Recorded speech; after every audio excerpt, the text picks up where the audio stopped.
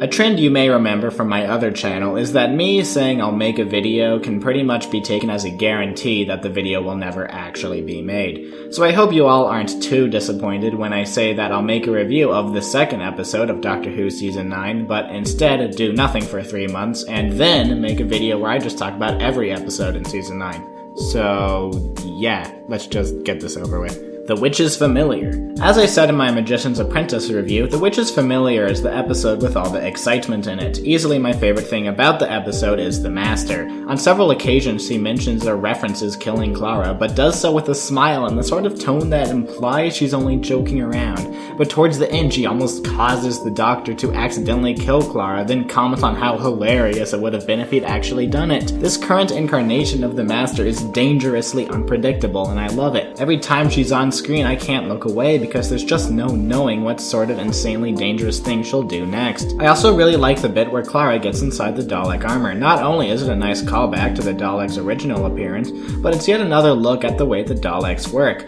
The way the armor effectively filters any emotions that go through it into pure hatred and extermination just adds another level of terror to the Daleks, as we're given another glimpse at just how far Davros is willing to go to make his killing machines pure, as he put it. The close-up camera angles and, of course, Jenna Coleman's acting do a great job portraying the sense of terror that Clara is feeling when she's trapped inside the Dalek's armor. On the less exciting sides of things, there's the ongoing conversation between Davros and the Doctor. From what I hear from classic Who fans, this conversation almost feels like a direct continuation of the conversation the Doctor and Davros had way back in Genesis of the Daleks, which is great if you've seen Genesis of the Daleks, but if you're like me and you haven't, then it feels a bit like you've come into the middle of the conversation and can't really grasp what they're talking about. But that's okay because it seems the Doctor and Davros were lying through their teeth the entire time. Or were they? That's my main problem with this episode. It's unclear which statements here are sincere and which ones are just tricks. The whole thing's really muddled. Overall though, it's still a great episode. Under the Lake. This arc is similar to the last one in the sense that the first episode serves mostly as a setup to the events of the second episode, but I like Under the Lake a lot more than The Magician's Apprentice because it's much less boring. The antagonist shows up right away and sticks around, whereas The Magician's Apprentice, where the antagonist shows up but then takes a back seat for the rest of the episode while a parade of less interesting threats occur, in Under the Lake the tension is ever present as the situation gradually goes from bad to worse, only to be finally resolved in the second part. During this time the episode introduces a number of new characters and does a good job of it. I like how the Doctor singles out Cass as being the one to talk to despite her being deaf and having to talk through Lon. On the opposite end of the spectrum, he immediately singles out Pritchard as an idiot who's not worth his time. My only real problem with the episode is the cliffhanger at the end. It's a cool idea, but it got dragged out so long that any amount of surprise it could have had is lost. Is it Moran or Pritchard or the mole guy? No, I bet it's the Doctor. No, I don't think it's any of them. I think it's... Is it the Doctor? It's probably the Doctor, that'd be cool.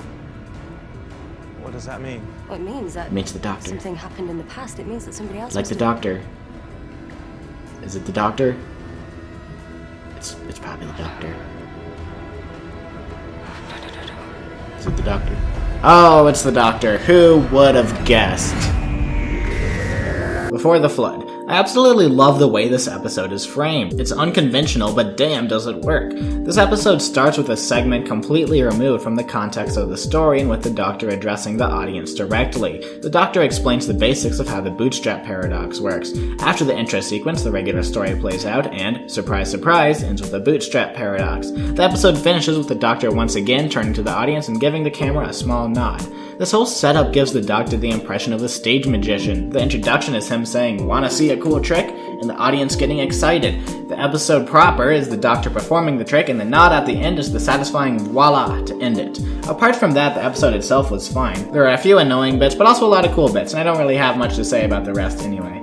The Girl Who Died. I like how this episode starts. The way the Doctor attempts to show off his fancy alien technology only to have it smashed to bits by the Vikings is a great way of just saying, "Welcome to the Viking Age, bitch." What follows is a mostly lighthearted and comedic episode in the same vein as last season's Robot of Sherwood. So if you're a fan of the campier side of Doctor Who, like me, you probably won't have many problems with it. Of course, the episode gets a bit darker towards the end when the Doctor, acting a little irrationally, saves a Shielder's life, but in the process makes her immortal, the ramifications of which are explored more in the next episode, The Woman Who Lived. The Doctor encounters a Shielder again, roughly 800 years after the events of the last episode. She looks the same, but couldn't be more different mentally. This episode explores the idea of being immortal in a lot of cool ways that the show's previous immortal, Jack Harkness, never did. I like the idea of a Shielder's memory only being able to hold so much, so she forgets everything about her past and has to keep a library of diaries. Naturally, this causes her to adopt a very emotionally unattached perspective of the world. The Doctor even has to remind her at one point in regards to other people's lives. They may be short, but they still matter. Of course, the Doctor is afraid of a Shielder because she represents exactly what the Doctor does not want to become, but is worried he has already started to become. All these ideas are very deep and cool and all, but the episode surrounding them is just kinda lame. There's a lot of things that just seem silly or out of place, and the directing is incredibly sloppy in other places. I usually don't have much of an eye for timing and camera placement, but even I noticed just how horribly awkward this particular cut is. There's no context whatsoever to tell us how the camera moved from the previous shot, and only given a short amount of time to see a completely new and unfamiliar subject quickly exit the frame. It left me confused and asking, wait, what the hell did I just see? Well into the next shot. What a mess. The Zygon invasion. Finally, some closure on the whole Zygon thing from the 50th anniversary. Normally I'd be frustrated that it took so long, but I enjoyed the episode so much that I simply can't be brought to complain. I like how the episode feels a lot like a classic Who-style alien invasion story, but at the same time flips the whole thing on its head. Here, the side with the upper hand is actually the humans. The Doctor knows full well that if a war broke out, the armies of the world would have little difficulty taking out all the Zygons. But the Doctor doesn't want to see anyone get taken out, so instead the battle is about preventing a Zygon splinter group from dragging themselves and millions of completely innocent Zygons into a losing battle. I also like how the episode skips over the tired trope of shape-shifting aliens disguising themselves as your loved ones to gain your trust, and instead gets straight to the really interesting question of, if you know full well that they're just a shapeshifter, could you still pull the trigger on someone who looked and acted exactly like your mother? As a socially inept dweeb who spends all his time in the basement watching science fiction and rarely interacts with his parents, I'm pretty tempted to say that my answer would be yes, but the truth is I really can't know for sure until I'm actually in that situation. I also want to give this episode points for mentioning New Mexico, because I like it whenever my obscure home state gets representation, but I have to take those points back immediately when I see what the BBC staff apparently thought Truth or Consequences looked like. The Zygon inversion. Talk about classic. The Doctor prevents the destruction of everyone by sitting the bad guys down and talking them out of it. The Doctor's speech in the second half of the episode is the highlight, not just of the episode, but of Peter Capaldi's career as the Doctor. He absolutely nails the scene. He gets the angry shouting bits, then the quiet crying bits, and he transitions between them perfectly. He goes from condescending to funny to angry to melancholy to desperate and finally to satisfied as everyone lays down their arms. If you ever had any doubts about Capaldi's ability to play the Doctor, just watch this episode and you will see. Sleep No More. Sleep No More is probably the weakest episode of the season for me, mainly because... None of this makes any sense! And no, just saying... None of this makes any sense! in the episode doesn't really make it okay. There's nothing wrong with being ambiguous, but something that should never be ambiguous is what is supposed to be ambiguous and what isn't. After watching this episode, I have no idea what parts I'm supposed to be clear on and which parts are intentionally left vague. The result is a confusing mess where I can't say anything for certain about what actually happened in this episode. Still, the idea of a found footage episode designed to trick the viewer into watching it so that an alien parasite can take them over is pretty clever, I think, so I can give a few points for that. Face the Raven. Spoiler alert, Clara dies. That's the big headline of the episode, so that's what I'm really gonna focus on. I like Clara's death, and I think it's very fitting for her. All season, Clara had essentially been playing Doctor, acting rashly and pulling off increasingly risky things like she always saw the Doctor do. But there's one thing that Clara didn't consider. The Doctor is a 2,000-year-old hyper-intelligent alien with an insane amount of experience, and despite giving the appearance of desperately improvising all the time, his decisions will always be much more informed than Clara's. So it's only natural that eventually Clara will get carried away, do something reckless with the assumption that she can fix it at the last second, and pay the price for it. Not to mention, while I do like Clara, she's been around for 3 seasons, and I am kind of glad to see her go, finally.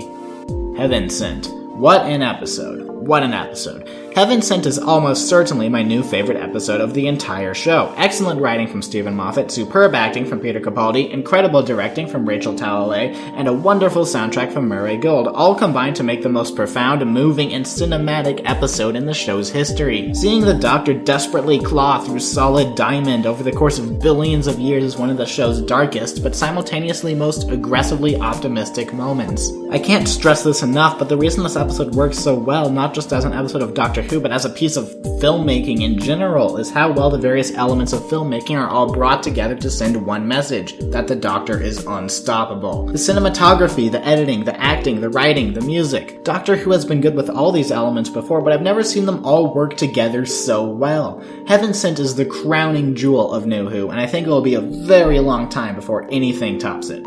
Hellbent. I suppose I like Hellbent, but after Heaven Sent and the rest of Season 9, I'm awfully disappointed. Gallifrey coming back is probably the most significant event of New Who, and the hybrid arc is what the whole season has been building up to, so it makes me mad when both of these points get lazily shunted aside so that we can undo Clara's death and get right back to the same shit we've been doing for 3 seasons now. So Gallifrey is back now. Okay, how did that happen? It's been lost for 2 seasons and the Doctor's been desperate looking for it, so how did it get back? I thought you said Gallifrey was frozen in another dimension. Well, they must have unfrozen it and come back. How? I didn't ask. Make them feel clever. Oh, yeah, I guess we'll just never know. And how about the hybrid? I assume that whatever it was so dangerous that the Doctor was willing to go through his 4.5 billion year torture in the confession dial just to keep it a secret. But no, now the Doctor says that he went through the confession dial to save Clara. So what's up with the hybrid? Well, no one really knows, and apparently it doesn't really matter. So if you're looking forward to getting answers on that, then too bad. And then Clara is back. Ugh. I shouldn't have to say this, but when you undo the death of a character, it also undoes all the drama surrounding their death, and Clara had a perfectly good and dramatic death. The tragedy of Clara dying as a result of a stupid mistake was a good punch to the feels, and I liked that. I didn't need to see it replaced with Clara lives for as long as she wants and goes on wacky space adventures with Ashilda. Now, I'm not saying that Doctor Who has to be super dark all the time. I like lighthearted campiness as much as the next guy, but if you're going to kill off a character in a tragic, dramatic way, please keep it that way. Now, as I said, I do like this episode on a basic level. It's got good acting, directing, production value, and humor, which I enjoy, but I just can't help but feel like the episode is an awfully sour note to end the season on. But at least it's not the last Doctor Who thing we saw this year, because there's still the Husbands of River Song. I know I shouldn't be too critical of the Christmas specials, but I still went into this episode ready to hate it, because I simply never liked River Song. But something strange happened when I started watching it. I found myself laughing at the jokes, and I found myself feeling something for the relationship between River and the Doctor. I actually liked the episode. A Christmas miracle indeed. I'm not sure what it is exactly, but I think most of it can be chalked up to one simple fact. Peter Capaldi is a good actor. I never bought the relationship between River and the Doctor when Matt Smith was in charge. It seemed Smith couldn't do romance without turning it into some kind of dirty joke. With Smith around, I never once thought the Doctor could actually be in love with River. The relationship was just too shallow. But then Capaldi shares the spotlight with her for just one episode, and suddenly I understand perfectly. This warm smile right here tells me more than all of the snogging that Matt Smith did. Also, can we just talk about how good-looking Capaldi is when you put him under the right light? Oh damn. This episode softened my heart so much that I didn't even think the cheesy "and they lived happily ever after" was stupid, and that's really something. Season 9 in general. So I at least liked every episode this season, and it contains my new all-time favorite episode. This season shows a dramatic improvement in production value, and Peter Capaldi is an amazing actor who is more than capable of playing the Doctor. And yet, for some reason, I don't really feel like this was my favorite season. That title still belongs to Season 8. Maybe it's because Season 8 contains my second and third all-time favorite episodes, Mummy on the Orient Express and Flatline respectively. Maybe it's because Season 8 had a greater variety of episodes, helped by the fact that not nearly every episode is a two-parter. What I know for certain, though, is that Season 9 is excellent, Peter Capaldi is undoubtedly my favorite Doctor now, and I'm definitely willing to sit through Mr. Moffat's wild ride for one more season. Thank you for watching.